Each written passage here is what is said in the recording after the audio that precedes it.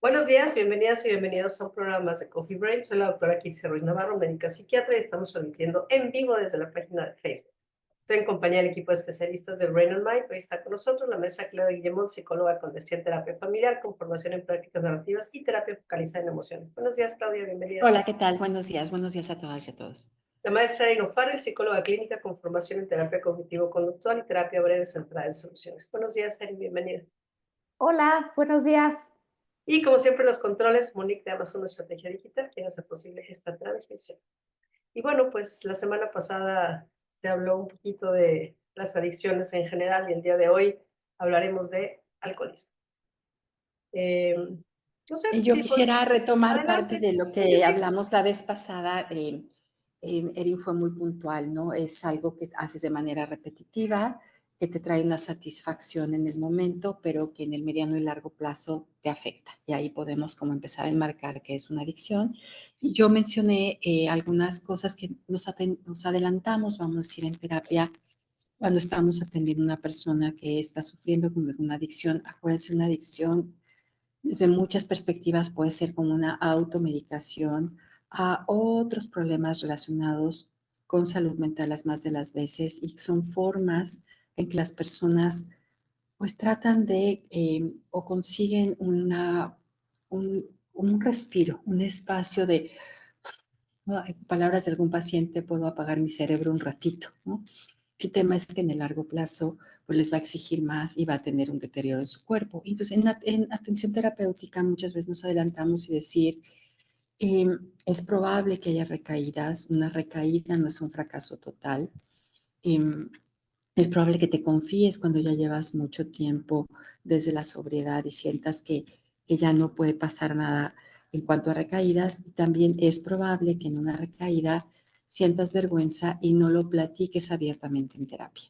Si damos esta antelación, si damos estos como preventivos, tenemos mucha más oportunidad de que este paciente, que por lo general cuesta, de que tenga la motivación de salir de una vida en adicciones, se anime, ¿no? Y se mantenga.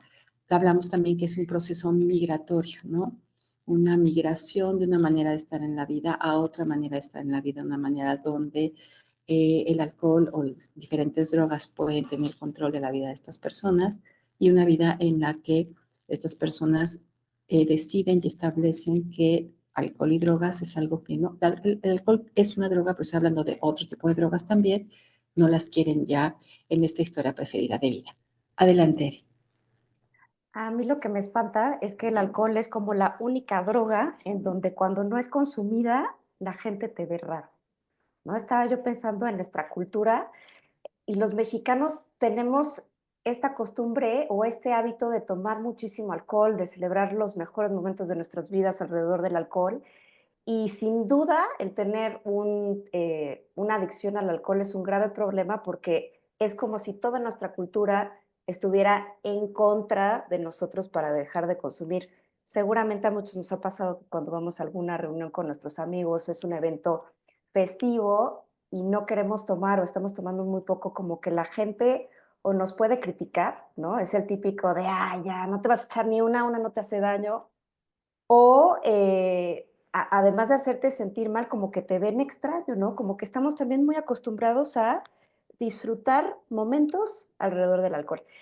Y esto me alarma porque creo que este es uno de los problemas centrales de por qué empezamos a consumir y por qué no podemos dejar de consumir.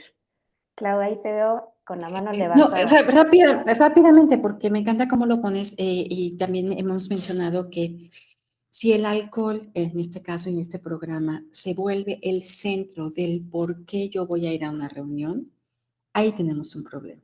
Podemos ir a una reunión, disfrutar con los amigos, jugar videojuegos, juegos de mesa, bailar, lo que sea que decidamos hacer, y si hay alcohol o no, puede ser que esté bien. Pero si vamos porque va a haber alcohol, ahí tenemos un problema porque el alcohol se vuelve un personaje principal.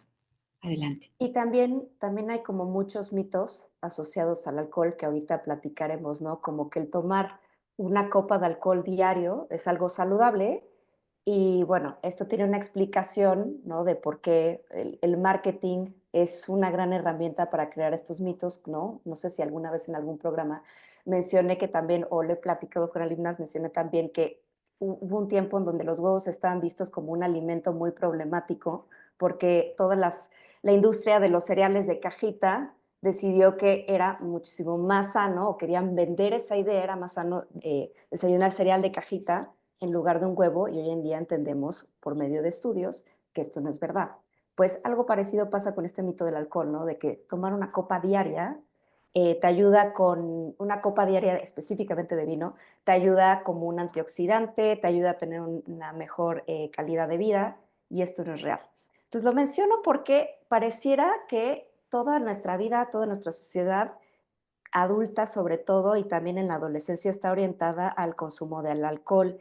Y me gustaría platicarles un poquito de cifras que estábamos hablando antes de entrar al programa, de qué tan grave es el consumo de alcohol. Pues bueno, según la encuesta nacional de consumo de alcohol y tabaco, hecha en nuestro país en 2021, que es la más reciente que pude conseguir, alrededor del 6.5% de la población sufre algún trastorno asociado con el alcohol.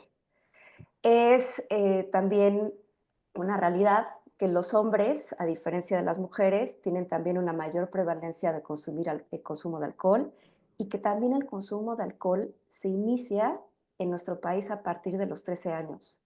13 años. Por aquí también Clau nos estaba diciendo un dato. eh, Ahí, mira, en centros de integración juvenil que manejan también estadística, yo recuerdo en algún evento de ellos, no hace mucho, Lilian Negrete, que está al frente de Centros de Integración Juvenil en Cancún, hablaba de primeras pruebas, ingestas de alcohol en niños tan chiquitos como 5 o 6 años. Estamos hablando preescolar, inicios de primaria, ¿no? Es decir, hay alcohol en casa y los niños empiezan a pruébale tantito, no pasa nada, estás en casa, estás cuidado, pero muchísimo más chiquitos que en la adolescencia. Este dato muy probablemente es ya como un consumo, vamos a decir, más frecuente a partir de la adolescencia, pero sí como empezar mucho más pequeños. Sí, y otra cosa que me gustaría agregar antes de ceder la palabra es que también otro dato importante es que el consumo de alcohol mayor en nuestro país es en los estados del centro del país y en el norte. Casualmente en el sur, en donde están ustedes, yo les hablo desde la Ciudad de México, es menor. Eso es otro dato también interesante, observar por qué en el norte y en el centro del país es mayor. Y también parece ser que poblaciones más vulnerables en términos socioeconómicos tienden a tomar mayor cantidad de alcohol. Después les hablaré de cantidades, de qué es un consumo de alcohol y todo, pero me gustaría cederle la palabra a Kitsia, que la veo con la mano levantada. No, nada más para reunir un poco esto, ¿no? De la Enconad 2017, que ya fue una encuesta específicamente para adicciones, ya no como las hacían antes, ¿no? Del Ensanud. Las conclusiones en México en cuanto al consumo de alcohol propiamente, ellos lo siguen poniendo como el principal problema de consumo en México, principalmente en adolescentes. Los hombres, ahí les va, sí, siempre han consumido más, o sea, como por índices, pero no es así en los adolescentes. En los adolescentes la relación hombre-mujer es 1 a 1. O sea, en los adultos, por cada hombre que tiene un problema de alcohol, por cada 7 hombres hay una mujer, y en adolescentes es 1 a 1. Entonces, lo que vamos esperando es que en la edad adulta esto se vaya como a igualar. Definitivamente el incremento en mujeres adolescentes ha sido lo más escandaloso, y que el inicio de consumo de alcohol es en primaria. Esta encuesta, los grupos etarios los dividen por escolaridad. Entonces, el inicio de alcohol empieza en la primaria. Entonces, pues son cifras verdaderamente escandalosas, ¿no? Esto es como hablar en México. Claudio siempre nos dice, ¿no? México es muchos Méxicos, y sí tenemos que ver como muchos contextos socioculturales, pero esto es tan importante que incluso la OMS tiene un plan de acción mundial sobre el consumo de alcohol, ¿no? Y que en teoría se tiene que implementar en todos lados, ¿no? Más allá de cifras que podamos darle, es la alta prevalencia que hay de muertes por alcohol, el grado de discapacidad que este provoca, las comorbilidades que aparecen muchas veces por conductas de riesgo cuando se está bajo el consumo de alcohol, ¿no? Como ETS, por ejemplo, o lo que quedas expuesto bajo los efectos del alcohol, ¿no? Como eventos traumáticos, como una violación. Y ya cuando nos damos como a la parte médica, bueno, pues todas las complicaciones médicas que se derivan a partir del consumo de alcohol, ¿no? Entonces, pues sí, para que se den una idea, en 2019 en todo el mundo 2.6 millones de personas murieron por consecuencias del alcohol. Y de estas 1.6 millones se dieron enfermedades no transmisibles, 700,000 a traumatismos y 300,000 enfermedades transmisibles. O sea, como es un problema todo lo que conlleva un consumo de alcohol. Adelante, Eli. Es terrible. Y ahorita que nos hablabas también de números y esto que a mí me impactó mucho de entender que en la adolescencia el consumo es 1 a 1, a diferencia de la adultez que es predominantemente de hombres, estaba yo también viendo ayer que en Estados Unidos está habiendo un nuevo fenómeno en donde parece ser que el consumo de alcohol se está tornando hacia las mujeres mayores con una alta educación, en donde son extremadamente funcionales. Entonces, el perfil de una mujer alcohólica en Estados Unidos parece ser que es una mujer altamente funcional, empresaria, que tiene un consumo silencioso en donde nadie se da cuenta hasta que las consecuencias ya son terriblemente graves. O sea, o hay muertes o acaba alguien en el hospital. Y también otro fenómeno interesante es ver cómo la industria del alcohol empieza a hacer bebidas con un marketing más relacionado hacia las mujeres, debido a que, como hemos platicado antes, las mujeres no tendríamos mucho a tomar alcohol, ¿no? Son bebidas como con una connotación de más sabores y cosas así que nos hace consumir más. Entonces, creo que sí, esto es un grave problema y pues bueno, por ahí veo a Clau con la mano levantada. Creo que ahí en el tema de mujeres y hombres, como en la parte de género, estos temas de equidades, ¿no? Y de igualdades pueden también, vamos a decir, tener una influencia en aspectos que no necesariamente son saludables. Algo que yo veo en los y las adolescentes es que eh, es un estado de vulnerabilidad enorme, pero además no es, bueno, vamos a cuidar a quien se alcoholizó, sino vamos a tomar provecho o a tomar una ventaja de quien se alcoholizó. O espérate a que esté alcoholizado para entonces poder hacer esto o aquello. Entonces, sí, todavía conductas de riesgo mayores que pueden ser sexuales, por ejemplo. Hay un tema de cuidado de la comunidad. No sé, acuérdense campañas de si tomas no manejes, el conductor designado, por supuesto los programas de alcoholímetro, todas estas cuestiones que socialmente y desde la política pública se tratan de abordar, eh, pero la diferencia que yo veo hoy es, híjole, se aprovechó de esta chava porque estaba alcoholizada. No, la alcoholizó para aprovecharse de ella. Es decir, hay una inversión en el tema de cómo nos estamos descuidando socialmente. Adelante, Val. Adelante. Audio. Perdón, buenos días a todos. Pensaba también en el impacto que esto tiene a nivel familiar, porque es fácil señalar pues es el borrachito, o es la que siempre se pone peda, o híjole, qué pena, mm, pone en ridículo a la familia.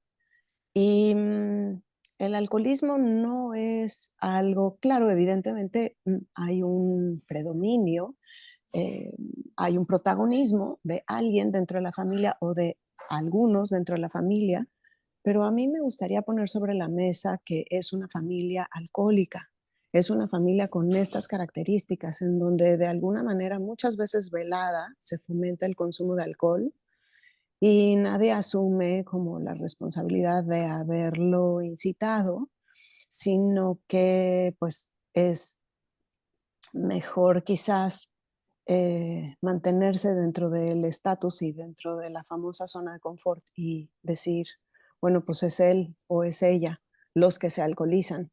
O no tiene tanto problema porque en realidad solamente consume los fines de semana. Ay, no seas tan estricta, relájate un poquito, ¿no? O sea, y por otra parte, el estigma de vas a salir con un hombre, vas a salir con una mujer y es neta que no tomas alcohol. ¿Por qué no tomas alcohol? ¿O eres un alcohólico seco O sea, ya tuviste un problema de alcoholismo y entonces yo ya tengo que tener cierto cuidado a la hora de relacionarme contigo. O, o qué raro que no tomes, ¿no? O sea, ¿por qué se te salen las cosas de control? ¿Por qué tú no puedes decidir hasta dónde? Y de plano has optado como por la estrategia de, pues mejor no consumo absolutamente nada. Y son como muchas cuestionantes que dejo sobre la mesa como para que las tomemos de reflexión y pensemos, pues, cómo fue nuestra familia, quién nos inició a nosotros en el consumo de alcohol, si está asociado a alguna fiesta o algún momento de celebración, cuando es una graduación, cuando es una primera comunión, cuando estamos muy contentos y estamos conmemorando algo. ¿Y por qué? ¿Por qué nos ponen en otro nivel de fiesta, ¿no? O sea, es evidente por todos los efectos que el alcohol eh, hace en nuestro cuerpo, pero ¿por qué lo necesitamos? ¿Por qué lo necesitamos para convivir, para sentirnos más en confianza, para sentirnos más relajados, para armarnos de valor y a lo mejor pues tener esa conversación que no nos hemos animado o que nosotros utilicemos que esa otra persona, como decía Clau, ¿no? En algún momento ya está borracha, bueno, pues ya acércate y pídele el permiso. Aprovecha que tu papá ahorita ya va en su tercera chela viendo la NFL, acércate y con carita como muy linda, dile que eres eh, su hija preferida y que porfa te dé oportunidad de salir al antro, ¿no? O sea, cómo utilizamos y cómo lo manejamos dentro de nuestras casas y cómo fue que fuimos iniciados. Pues creo que esa es justamente la complicación que se tiene para poder identificar el problema, ¿no? Y empezar como vamos a empezar quizá como a redondear un poquito, ¿no? Lo que es un trastorno por consumo de alcohol, ¿no? Una intoxicación por alcohol, abstinencia de alcohol y bueno, muchos otros trastornos inducidos por consumo de alcohol. Si nos fuéramos como estrictamente a revisar los criterios diagnósticos, no, bueno, pues me queda claro que entonces todos tendríamos como un problema con el alcohol. El tema es la normalización a la patología, ¿no? Es la normalización del consumo, ya sea de abuso o dependencia, o que siempre la vida social tiene que girar en torno a. Entonces, sí me gustaría definir un poquito lo que es el trastorno por consumo de alcohol para tenerlo como muy, muy claro, ¿no? Y aquí sí nos vamos a ir a los criterios diagnósticos del libro del DSM-5. Importante mencionar, como todo trastorno mental, es el patrón de consumo es problemático y va a provocar un deterioro o malestar clínicamente significativo que se manifiesta al menos por dos. Fíjense bien, de este listado que les voy a dar, aunque solamente se tengan dos cosas, por lo menos durante un consumo de un año, ya tenemos un problema. Sin ponerle más nombre, ¿eh? Sin ponerle como otro especificador. Uno, se consume alcohol con frecuencia en cantidades superiores o durante un tiempo más prolongado del previsto.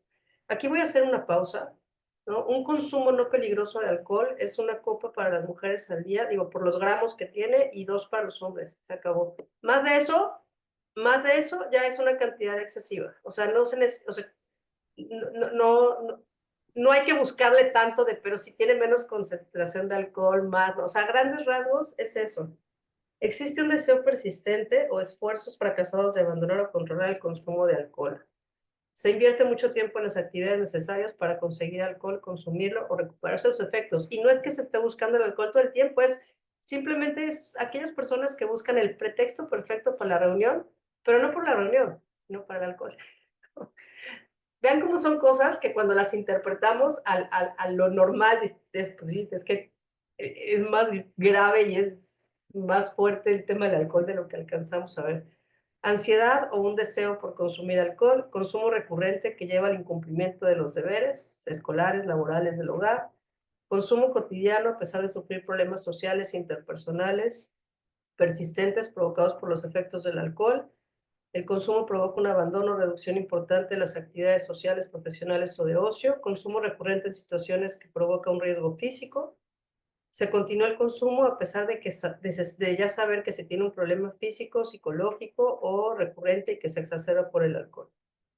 Que haya el fenómeno de tolerancia, es decir, que cada vez se necesita más para conseguir el mismo efecto, y la abstinencia, que en la ausencia de la sustancia me aparecen síntomas, generalmente son de ansiedad, característicos de haberlo suspendido completamente.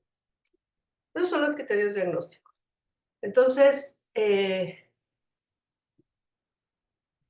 yo lo que les explico a mis pacientes es, no se necesita ser un borracho de banqueta para tener un problema con el alcohol. No existe el alcohólico funcional, ¿no? Si yo ya tengo un condicionamiento, ¿no? Es muy sencillo. Si salgo de trabajar y digo, ay, me voy a echar mis 3 copitas, ¿no? Y ya no me puedo relajar sin mis 3 copitas, ya tengo un problema con el alcohol. Si yo un día voy con los amigos y digo, solo me voy a tomar una, pero no me tomo una y me tomo 10, ya tengo un problema con el alcohol. Si estoy tomando más cantidad de la que mi cuerpo puede disminuir, puede procesar para no generarme un daño físico, un daño mental, ya tengo un problema con el alcohol. Entonces, muchas de estas cosas terminamos normalizándolas y no las vemos, ¿no? O te dicen es que soy un alcohólico funcional. Repito, no existe el alcohólico funcional.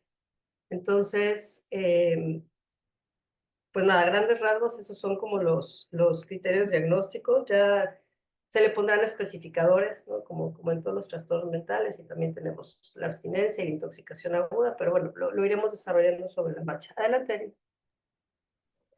Es correcto, y yo agregaría también los famosos cravings, que es como este antojo muy ansioso de tomar, ¿no? De estar tomando y tomando y tomando. Yo quería también platicarles de qué es una copa, ¿no? Porque lo que dice Kitsia es muy cierto. De hecho, yo lo tenía igual, que es 1 y 2 copas de alcohol para hombres y para mujeres, que sería un equivalente a 7 copas a la semana para mujeres y 14 para hombres. También otro indicador que encontré es que si las personas no toman diario, pero de repente solo toman los fines de semana, si una mujer toma 3 copas una vez por semana, ya también es un factor de riesgo para sufrir alcoholismo, y los hombres 4.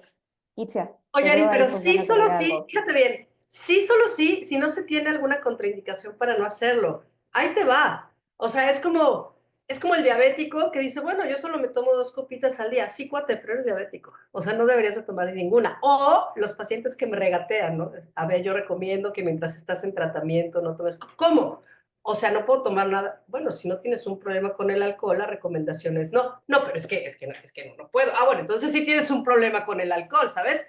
O sea, sí, eso en cantidad, pero si hay algo en tu salud psicológica, física o emocional que aunque sea una cantidad no perjudicial, termina siendo perjudicial, ya tenemos un problema también. Porque muchos se van con la finta, ¿no? Y es ahí donde está, pues es que los cardiólogos dicen que una copa disminuye el riesgo cardiovascular, ¿no? Y de enfermedades. Sí, cuate, eres diabético, es hipertenso, tomas Xanax, o sea, como, espérate, o sea, Y de vino no, tinto, ¿no? no, aunque te No. tomaras una copa a la semana, es perjudicial el consumo. Y yo ahí quisiera Claro. agregar rápidamente, por ahí hace años, ¿no? Me acuerdo que tenía yo un póster que también marcaba el tamaño de la copa, ¿no? Porque Justo eso quería Eh, agregar. exacto, depende también piensen en algunos establecimientos que te venden unas copas que vienen así como en unos vasos muy grandes, muy grandes, muy grandes, y que además no se acompaña ese consumo con algo de comida.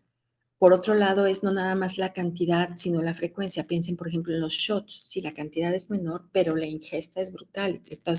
Hemos tenido muertes, ¿no? De jóvenes que cumplen un número de años y se toman ese número de shots. Es decir, también no nada más es la copa como tal, sino qué tamaño. No sé si querías agregarle ayer en más detalle. Adelante. Justo quería como dar un panorama para que entendamos qué es una copa, ¿no? O sea, aquí se nos habló de 1 y 2 copas, ¿no? Una copa para las mujeres, 2 copas para los hombres. ¿Qué es? Pues una copa puede ser considerada una botella de cerveza de 355 mililitros, la típica botella de cerveza que vemos todos en cualquier tienda de autoservicio en el súper, la normal, la estándar. Otros son 44 mililitros de alcoholes destilados, ron, vodka, tequila, whisky, que es la típica como copita que tienen en los bares que te sirven, o pues literalmente un shot, el famoso caballito del vasito que todos conocemos. Y de vino, pues es una copa estándar, ¿no? O sea, de la copa regular, el vaso de vidrio, pues un poco menos de la mitad, que creo que sería más o menos como 2 dedos de medida. Si nos servimos una copa llena, pues ahí caemos en lo que decía Clau, ¿no? Del tamaño de la copa. Esto es como también para tener una idea de a qué se refiere una copa, porque sí varía. Y la diferencia entre un destilado y una cerveza es que cada bebida tiene un diferente nivel de alcohol, que tenemos que entender que el alcohol al final es etanol y al final, pues la verdad es que es un veneno para nuestro cuerpo. Entonces es importante ahí como resaltar las cantidades. Y bueno, no sé si a alguien más le gustaría agregar algo de ahí o... Ah, y algo que también les quería contar era como qué consecuencias causa el alcoholismo, ¿no? En enfermedades. Algo que a mí me impactó también investigando para este programa fue entender que hay una gran relación entre cáncer de mama y alcoholismo. Yo no sabía esto. No sé si alguien más nos quiere platicar de enfermedades, pero también hay problemas gástricos. Te veo por ahí, Eh, Bárbara. Perdón, a mí me encantaría, Erin, para redondear, porque tú comentabas algo súper importante relacionado a definir el consumo. Y pienso que sí es muy importante definir uso, abuso y consumo, como para que las personas que nos escuchan puedan hacer esa distinción, ¿no? O sea, una cosa es sí usarlo y por eventualmente es que en una fiesta X, ¿no? Pero bueno, tú ya definirás como mucho más preciso, que creo que sí es importante. Sí, el uso es exactamente como lo decías, ¿no? De vez en cuando me tomo una copa, ¿no? De vez en cuando, por ejemplo, puede ser que en todo el año yo nada más me tomo una copa de vino en mi cumpleaños, en Navidad, en Año Nuevo. Eso sería un uso. Justo. Y luego el abuso sería que yo ya tenga un consumo recurrente de alcohol, ¿no? Podría ser una copa diario o podría ser solo los fines de semana. Y bueno, luego entra la dependencia, que es cuando mi cerebro, que la semana pasada hablábamos esto en el programa de adicciones, mi cerebro ya está cambiando porque necesito la sustancia para sentirme bien. Y esto es fundamental en el tratamiento del alcoholismo porque el organismo y el cerebro se acostumbran tanto a la sustancia y se vuelven tan dependientes de la sustancia que de hecho cuando las personas tienen un alcoholismo moderado o severo, o sea que ya su cuerpo generó muchísima tolerancia, llevan mucho tiempo consumiendo, uno de los tratamientos que tiene que haber es ir reduciendo paulatinamente el consumo de alcohol, porque si se corta de tajón, esto puede ser muy peligroso y las personas pueden acabar en el hospital. Por ahí veo a Clau asintiendo y también veo a Kitsia. No sé si alguien quiere agregar algo de esto. Sí, ahí también estoy pensando en el conocimiento que tienen las personas sobre su tolerancia al alcohol, ¿no? Pacientes que te hablan de cruzar o no una línea de euforia, de decir, yo sé que después de esta copa ya perdí control, ¿no? Ah, pero no necesariamente todos saben si son buena copa, si son mala copa, si de pronto pueden tolerar más, si pueden combinar o no algunas bebidas. Es decir, hay un proceso también de autoconocimiento que podría conllevar los niveles de vulnerabilidad o de situaciones de peligro que podrían ir acompañadas del consumo de alcohol. Entonces, ojo, porque de pronto hay papás que dicen, pues que lo pruebe en mi casa, ¿no? Que aprenda a tomar en casa. Una vez más, el marco legal es el que nos ayuda, ¿no? 18 años está permitido por ley, antes no. Pero ahí vamos contra la normalización y decir, bueno, es que todos lo hacen, es que no les piden identificación en este lugar público al que van. Es decir, también hay un tema de aprendizaje a tomar y a entender cuáles son los efectos que tiene en nosotros. ¿Okay? También algo bien importante que nos preguntaba Mónica al inicio, antes de que entráramos en vivos, era qué hace que las personas se vuelvan alcohólicas, ¿no? Y como decíamos la semana pasada, esto es la pregunta del millón. Es la pregunta del millón porque no sabemos a ciencia cierta qué hace que las personas se vuelvan alcohólicas, pero sí hay dos factores bien importantes. Uno es la parte hereditaria. Sí está súper estudiado que si tenemos algún familiar en línea directa que sufrió de alcoholismo, nosotros probablemente también. Que a lo mejor eso es un poco a lo que Bárbara se refería con familia alcohólica, que a mí me gustaría como que me platicaras un poquito más del tema para entender bien a qué te referías. Y segundo, también, pues, la frecuencia del consumo. Mientras más consumimos alcohol, mayor generancia vamos a generar, o sea, vamos a aguantar consumir más y eso también es un indicador para desarrollar alcoholismo. Entonces, pues esa es la respuesta de qué hace que las personas se vuelvan alcohólicas. Yo quisiera aportar en esta parte de las familias alcohólicas. Acuérdense que en el enfoque sistémico, es decir, donde vemos a un paciente, lo vemos como un paciente identificado dentro de un sistema. Es decir, es el paciente que nos da la sintomatología del sistema inmediato en el que convive. Entonces puede ser que sea esta persona que consume más alcohol, que trae los ojos vidriosos, que siempre lo vemos con alguna bebida en la mano, pero nos habla de todo un sistema que tal vez normaliza, fomenta o hasta podría criticar, ¿no? Pero se centra en esa persona cuando es todo el sistema, en este caso un sistema familiar, el que él participa de una manera o de otra, y es ese paciente que puede ser eh, hasta estigmatizado, el que habla por todo el sistema. Bárbara, te veo que haces así, no sé si quieras agregar algo más. Pues es que justo, en otras palabras, eso es lo que describiría a este tipo de familias, porque hay toda una dinámica subyacente que promueve que sí sea una la persona que lo consume en mayor grado, o pueden ser dos personas, pero que em, eh, digamos,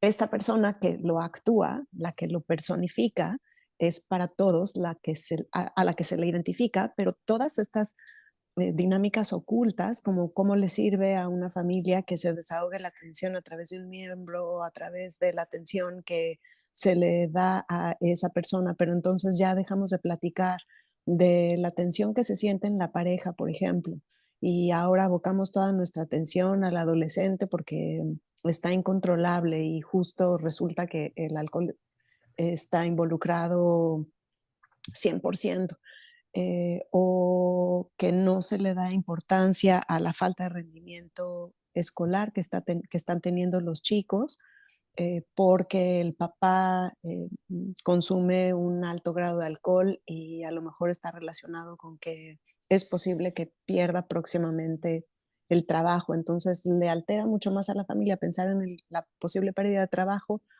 que el alcoholismo propio de el papá o, en dado caso, el bajo rendimiento escolar de los chicos. O sea, digamos que hay una colusión. Colusión significa que, eh, literal, como lo dice la palabra, que están coludidos sin darse cuenta, que son dinámicas que generalmente son indirectas, que son más inconscientes que conscientes, en donde uno, sin querer queriendo, ¿no? Va fomentando ciertas dinámicas dependientes. Y puede ser el alcohol, por ser esta una sustancia adictiva, pero también puede ser al ejercicio o también puede ser adelantando un poquitín, dando un aperitivo para el siguiente programa. em, eh, Cómo es importante a veces, pues justo darse cuenta de cómo uno va poniendo ciertos temas sobre la mesa y les va dedicando atención y sin mucho valorar el impacto que esto puede tener a corto, a mediano y a largo plazo. Y yo ahí quisiera también poner una variable importante que afecta mucho a las familias, que es la economía. Es decir, una adicción conlleva costos, ¿no? Costos económicos, conlleva dinero. Por ahí estoy recordando a una paciente que me decía hace años que ya propuso que en las salidas con amigas se dividieran las cuentas, porque dice yo pagaba unas cuentas altísimas, es decir, se dividía la cuenta parejo entre el número de personas que estaban en esa cena, comida, salida, pero yo no tenía la economía de la mayoría, pero además gran parte de esas cuentas eran el alcohol que consumían y yo no consumo alcohol, ¿no? Entonces, cuando ella propone, oigan, ¿qué tal si pues cada quien paga su cuenta? Uy, hubo así como, ¿cómo es posible? ¿No? Porque si es que yo no puedo pagar algo que es carísimo y que no entra en mi economía. Sabemos historias, ¿no? Pacientes que llegan a robar o hasta vender cosas en su casa sin autorización para poder tener acceso a, en este caso, alcohol o cualquier otra droga de elección. Es decir, la economía también se ve mermada. Piensen, por ejemplo, por ahí tuvimos una emergencia, no me acuerdo si fue de huracán o alguna cosa así, en que estando en Quintana Roo, que decían, pues no era el papel de baño, eran las cervezas, ¿no? Es decir, la gente desesperada porque no había habido un surtido de cervezas en las tiendas de conveniencia.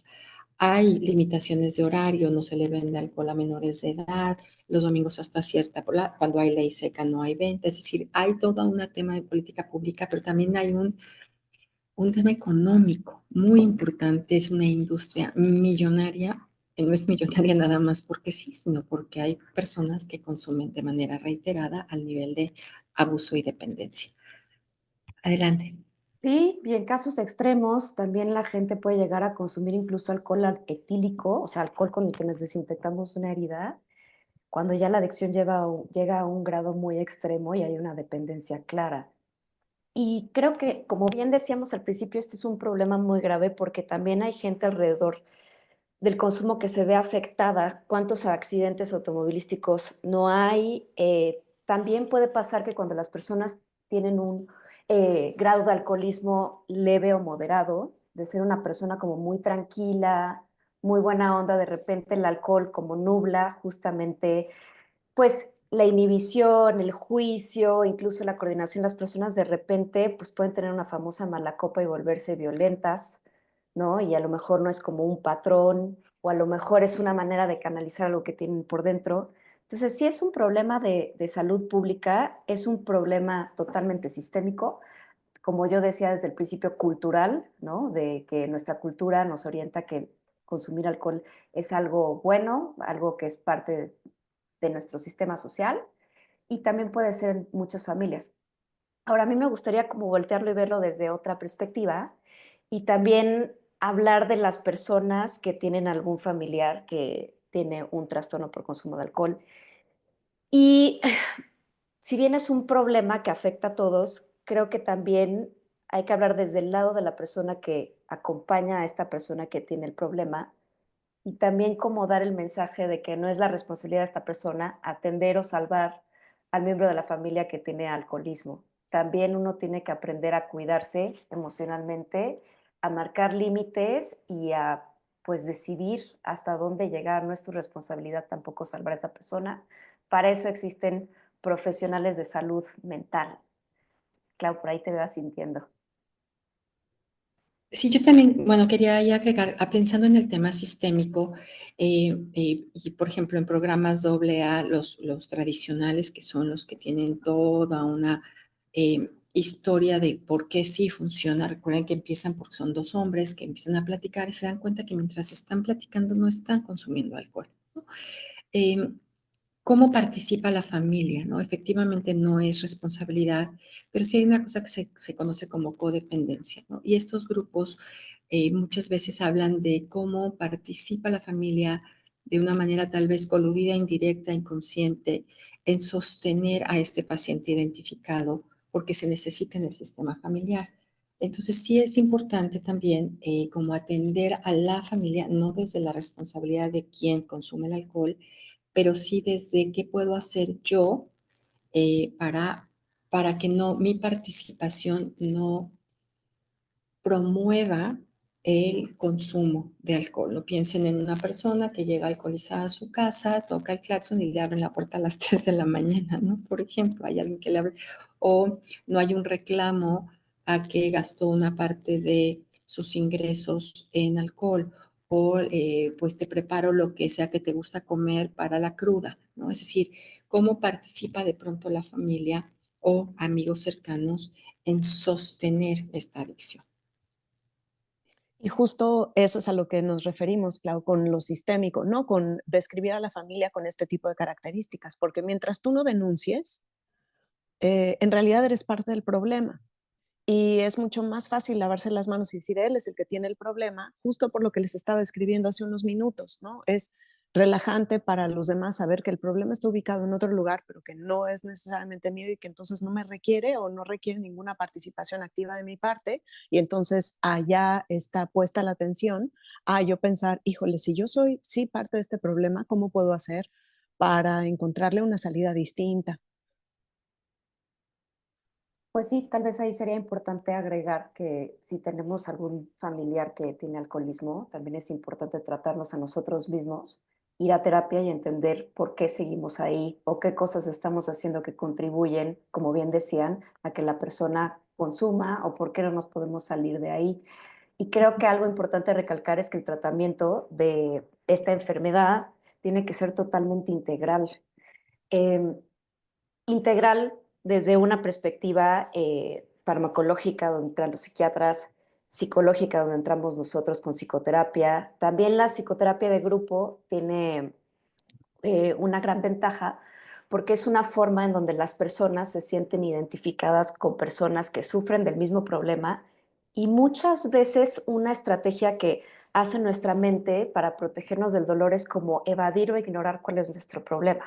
Cuando podemos escuchar a otra persona que tiene el mismo problema que nosotros, es como una forma de empezar a tener un proceso de introspección y entender que nosotros también tenemos el mismo problema. Esto es una de las explicaciones de por qué los grupos de ayuda, los grupos de psicoterapia también, funcionan tanto en cuando las personas tienen un problema de adicción al alcohol. Y bueno, está súper estudiado que las personas que tienen una red de apoyo o una familia que está cercana y preocupada por la adicción, logran tratar su adicción de una mejor manera. Por ahí veo. Yo estoy pensando, por ejemplo, a nivel de clínicas, ¿no? Hablando de tratamientos, ahí creo que hay que tener también mucho cuidado. Decía los 12 pasos de Alcohólicos Anónimos, los tradicionales.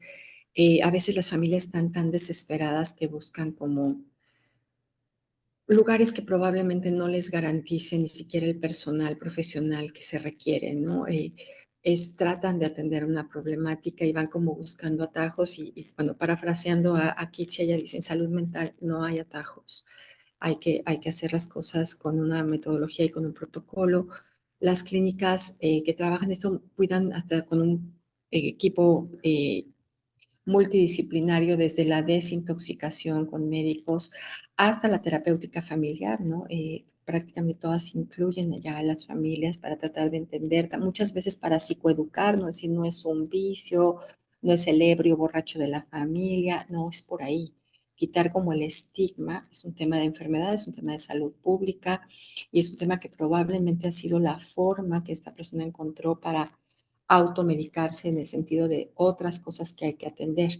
Pero sí me parece que es cada vez más frecuente encontrar espacios a las que las familias acuden en la desesperación que no necesariamente abonan a la salud de ese paciente.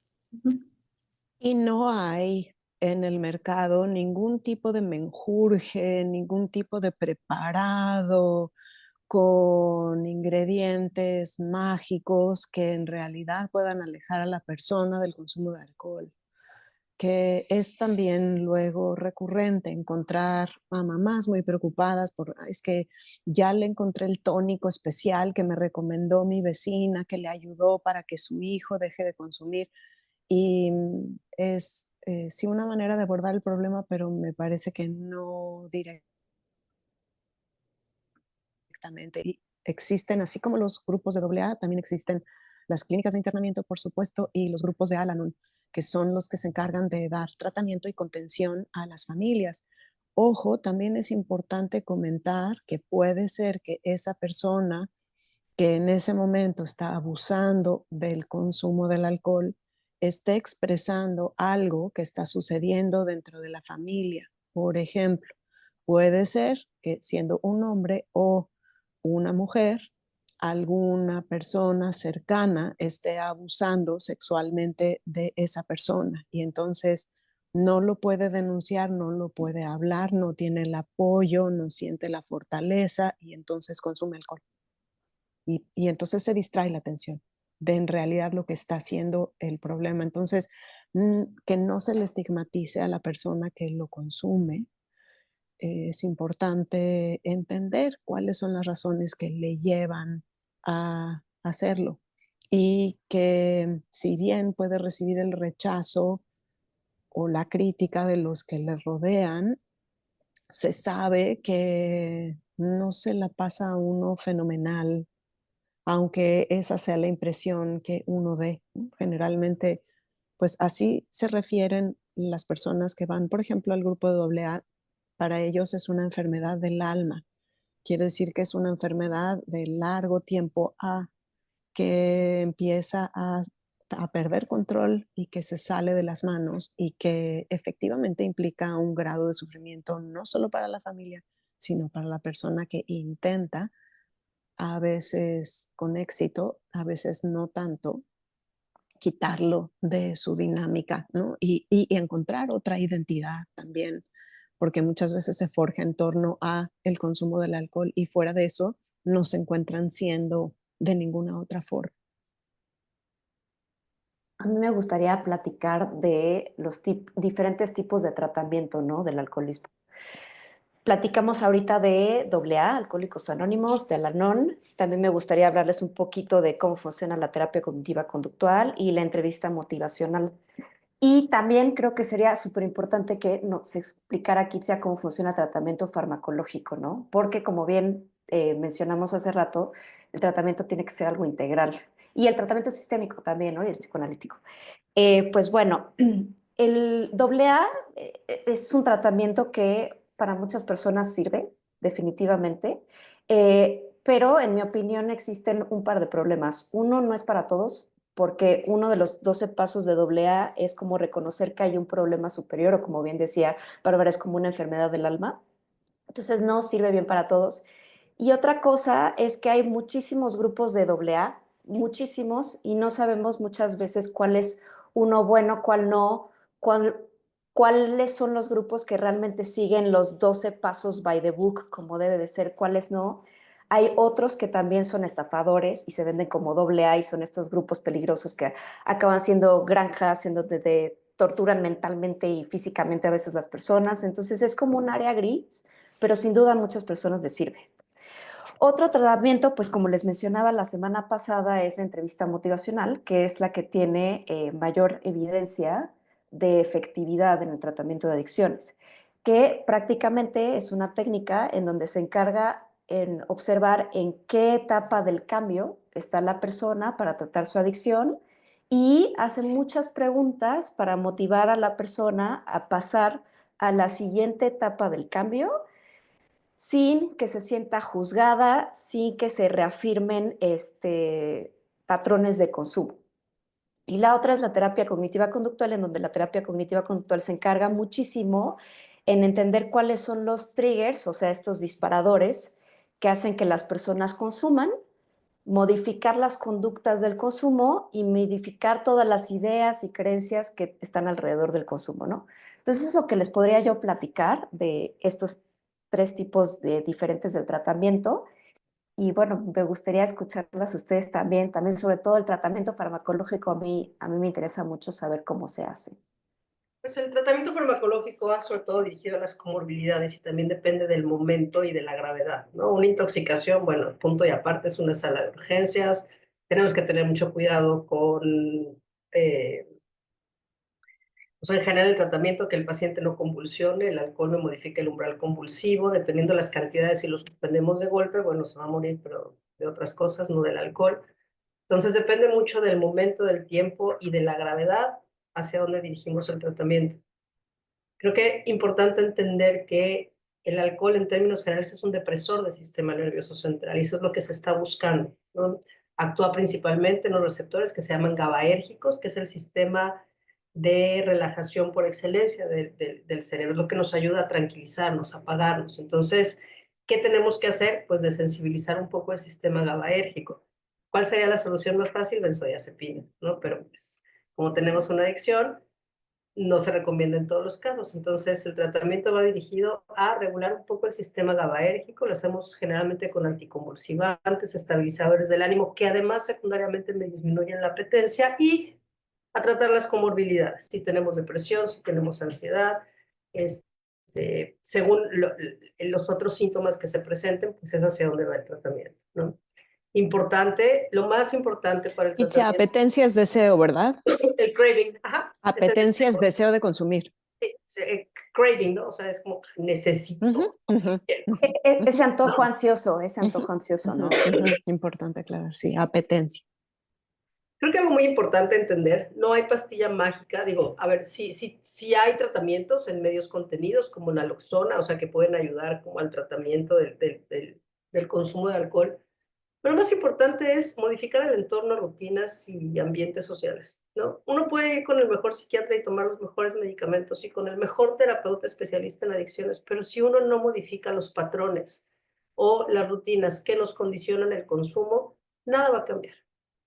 ¿Por qué? Porque acuérdense que, y lo platicaban en el programa pasado, las adicciones son una enfermedad, no es cuestión de la voluntad. Déjenme ponerles un ejemplo. A ver, si mi consumo de alcohol es porque llego del trabajo, me siento en mi sillón, prendo la misma serie a la misma hora, saco la botella de vino y ahí me quedo 5 horas echándome 3 botellas de vino. Si yo decido que ya no voy a tomar y estoy en tratamiento, si yo sigo llegando a mi casa a la misma hora, me siento en el mismo sillón, prendo la tele a ver la misma serie, no va a haber forma de que yo controle pararme en ese momento por la botella de vino. ¿Qué tengo que hacer? Modificar esa rutina. Sin esos cambios externos conductuales, no hay tratamiento que funcione. Y como bien decía Claudia, a ver, las recaídas van a estar, sí, y eso lo tenemos como clarísimo, pero es, ¿qué estoy haciendo diferente dentro de mi entorno, dentro de mis rutinas, para que un tratamiento farmacológico me funcione? ¿No? Si yo no trabajo lo que tengo detrás del consumo, ¿no? Nadie se levanta en la mañana y dice, hoy me voy a hacer adicto al alcohol. No. Un día me siento muy mal y me siento tan mal que se me cruzó algo enfrente, en este caso el alcohol, y me hizo sentir tan bien. Y entonces empecé a condicionarme y empecé a aprender que eso me generaba como mucho bienestar. Y a partir de eso lo convierto en mi ansiolítico y lo convierto ya en una rutina. Entonces hay que desensibilizar la parte aprendida que me llevó a y trabajar en lo que tenemos detrás. Fin del comunicado. Adelante. Y yo quisiera nada más un poco ya para cerrar, porque estoy viendo el horario, esta parte que mencionamos de las identidades, ¿no? La etiqueta que puede conllevar desde el estigma y la cuestión social, el tener una adicción, especialmente al alcohol, eh, a veces promueve que esas personas vivan dentro de esa etiqueta y desde esa manera de estar en la vida. Por eso el tema migratorio de identidad desde las prácticas narrativas hace mucho sentido, porque hay una historia del problema que se ha ido construyendo tal vez desde esa primera copa que me hizo sentir tranquila a lo largo de, acuérdense, es una serie de eventos ligados en el tiempo que tienen un significado.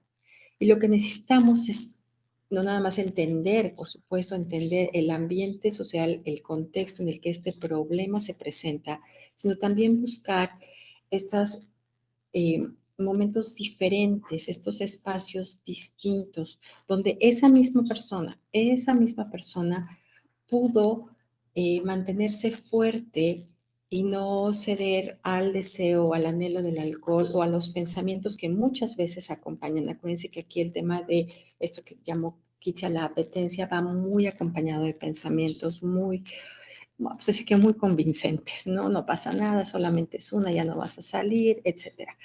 Entonces, estos momentos excepcionales, que así se llama en narrativa, necesitamos encontrarlos y empezar a construir una historia alrededor de ese evento excepcional. Y fíjate que yo tenía unas ganas de irme de fiesta y de parranda y de tomadera, pero me di cuenta que me tenía que quedar a estudiar con mi hijo, punto, ¿no? No había opción. Entonces, ese es un momento excepcional, ¿no? Y vamos construyendo y alimentando una historia que se va haciendo más rica a partir de ahí, para poder fomentar este cambio de identidad que ya está en la persona. Nunca un problema abarca el total de nuestra vida. Nos puede hacer sentir que tiene el 99.99% del control, pero nunca es el 100%. Y Adelante. fíjate, Clau, que desde la terapia cognitiva conductual hacemos lo mismo, que es reforzar esos momentos excepcionales, ¿no? Desde una parte conductual, ahora sí que tienen nombres diferentes, pero todos llegamos al mismo camino, pues se hace exactamente igual. Y bueno, para cerrar, a mí me gustaría cerrar con lo mismo del programa anterior. También a quien no vio nuestro programa anterior, se lo recomiendo mucho porque probablemente abarcamos cosas muy interesantes y muy importantes que asociadas a este programa, que a lo mejor en este programa se nos olvidó mencionar o por tiempo no lo mencionamos. Pero ¿a dónde acudir? Pues bueno, primero que nada, con un psiquiatra y con un psicólogo especializado en tratamiento de adicciones. Y si no, la verdad, lo que yo siempre voy a sugerir es centros de integración juvenil, porque es una gran opción en donde nos van a dar un tratamiento desde una perspectiva integral, donde se encuentra con un doctor, con actividades sociales, con psicoterapia individual y grupal. Entonces, me parece el centro más completo para acudir a este tratamiento, además de que llevan años haciéndolo. Y bueno, hay centros accesibles en todo el país. Pues bueno, con eso me gustaría cerrar a mí. Y vean nuestro programa anterior, está muy interesante. Bueno, es que realmente hablar de alcoholismo o adicciones, bueno, nos puede dar para todo un año de Coffee Breaks, pero creo que a grandes rasgos como que abordamos lo más importante, ¿no? Acuérdense de esto, yo nada más cerraría con, las adicciones son una enfermedad, no es cuestión de la voluntad. Y entonces tenemos que tratarlas y abordarlas como tal. Fin del comunicado. No, yo les recomiendo métanse a buscar en YouTube Nora Volko. Ella explica muy bien y tiene muchos documentos y muchos manuales cómo nos explica esto de por qué es una enfermedad y no otra cosa.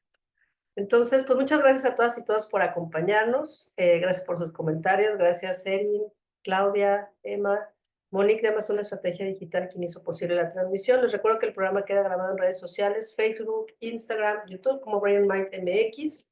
Si alguien desea contactar con alguna de las integrantes de Brain Mind, en la página con el mismo nombre pueden encontrar toda esa información. Y nos vemos la próxima semana, misma hora, por los mismos medios, con el tema Almond Moms, mamás que generan problemas de conducta alimentaria. Muchas gracias y hasta la próxima.